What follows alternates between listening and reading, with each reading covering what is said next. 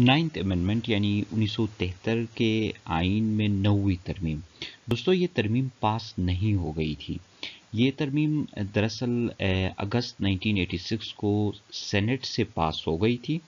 Senate से पास होने के बाद उस वक्त के मिनिस्टर फॉर लॉ और एंड पार्लियामेंट्री अफेयर्स जो वसीम सजाद थे, Wasim Sajjad at the time ना उस वक्त के लॉ मिनिस्टर थे और लॉ एंड पार्लियामेंट्री अफेयर्स के मिनिस्टर थे। उन्होंने ये सेनेट से पास होने के बाद एक कमेटी के हवाले कर दिया। अब कमेटी ने उसके ऊपर 30 डेज काम करना था और काम करने के बाद एक अमेंडेड डॉक्यूमेंट नेशनल असेंबली भेज देना था। लेकिन इससे कबल कि वो कमेटी अपना काम कंप्लीट करके नेशनल असेंबली की तरफ वो बिल भेज देती, ज़ियाउल हक ने नेशनल असेंबली को ही डिसॉल्व कर दिया। तो इस वजह से ये बिल पास नहीं हो सका। इस बिल में जो बहरहाल प्रपोज किया गया था, हम ये कह सकेंगे कि जो प्रपोज किया गया था वो प्रपोज हो गए थे आर्टिकल नंबर 2 के अंदर अमेंडमेंट और 203B और 203D के अंदर। तो टोटल हम देखें तो ये 3 अमेंडमेंट्स बन जाते हैं। ये दरअसल 2 आर्टिकल्स के साथ छेड़ने का सोचा गया था।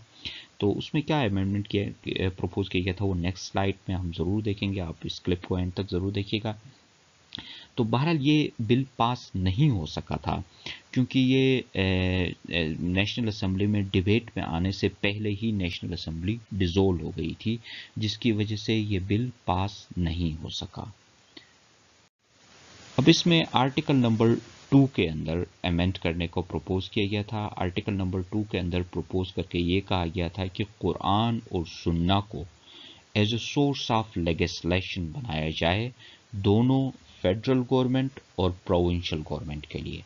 यानी फेडरल गवर्नमेंट और प्रोविंशियल गवर्नमेंट जो भी लॉ बनाएगी वो कुरान और सुन्ना को as a source of legislation को यूज़ करते हुए, सादा अल्फाज में कहें तो शरीयत नाफिज करने की प्रपोज किया गया था।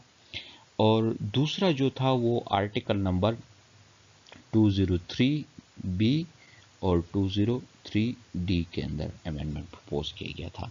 अब इनके अंदर अमेंडमेंट्स के ज़रिए शरिया कोर्ट को फिस्कल मामलात में मतलब इख्तियारात देने की बात हो रही थी। यानी शरिया कोर्ट इसके मामले में भी फैसला लेगा कि किस चीज़ के ऊपर टैक्स लगना है, किस पे नहीं लगना है, किस पे सब्सिडीज़ देना है, किस पे नहीं देना है। यानी तमाम जो माशी फैसले थे वो शरिया कोर्ट के जुरिसडिक्शन के अंडर में लाने की प्रपोज किया गया था। तो ये बिल एक तरह से पाकिस्तान को एक स्ट्रिक्ट सी इस्लामिक रियासत बनाने की, एक सख्त से इस्लामी कवानीन नाफिज करने के मुतल्लिक़ था। ये एक अलग डिबेट है कि ये पास होके अच्छा हुआ या नहीं हुआ, उसके क्या पॉजिटिव इम्पैक्ट्स होते, क्या नेगेटिव इम्पैक्ट्स होते। That's totally A separate debate.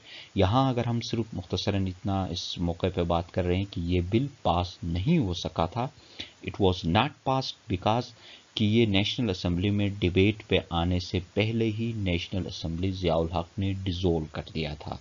इस वजह से ये बिल पास नहीं हो सका। तो बहरहाल 9th amendment to the constitution ये पास नहीं हुआ है, ये आइन का हिस्सा नहीं बन सका है। ताहम ये बिल आ गया था 1986 को। तो अब यह हमारे लिए एक एकेडमिक रिकॉर्ड के तौर पे है, अदरवाइज प्रैक्टिकल पर्पस में इसकी यूज़ नहीं बन जाती है।